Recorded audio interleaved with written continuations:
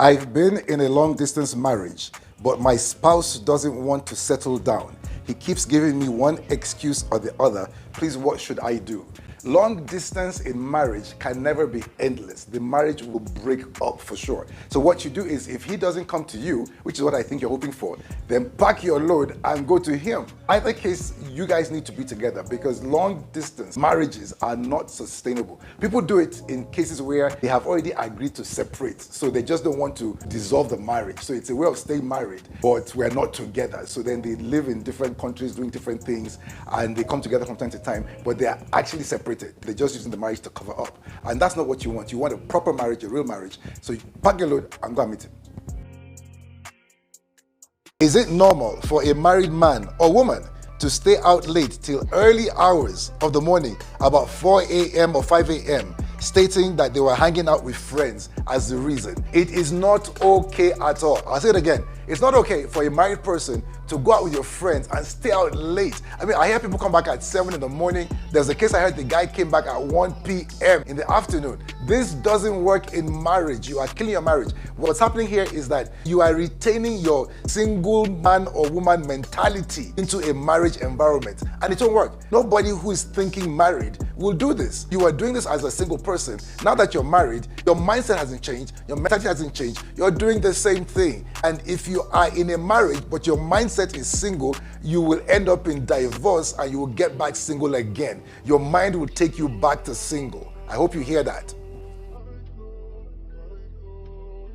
How do couples improve their intimacy and love life when going through financial crisis? Meaning, like, you got financial problems and now all of a sudden intimacy is gone, nobody wants to have sex. You've got to be intentional to know that losing intimacy doesn't improve your finances. So you might as well have fun and forget your problems for a while you're having intimacy with one another. And while you're intimate in this situation, it actually encourages and strengthens the bond between the two of you that gives you the strength to power through whatever the problems are. So it's actually a time for you to get together and be intimate even when you're having financial issues. My woman is attached to someone she was once close to. How do I fix it? All couples have got to talk and communicate and discuss. And to be quite frank, if there's any relationship in your partner's life that you're not okay with, you guys should be able to discuss it to the degree where your partner does something about it. The decisions that your partner makes, that you make as well, demonstrate what you give priority to. So if I love you, you love me, and at this point in time, I am your priority. If I have a problem with one or two of your relationships, then you should be able to give them up for me. If I want to take out all your relationships, then that's a problem, which means I'm trying to isolate you. So if your partner is trying to isolate you, then you need to get some mentorship and get somebody to look into it. How do I get the spark back in my marriage?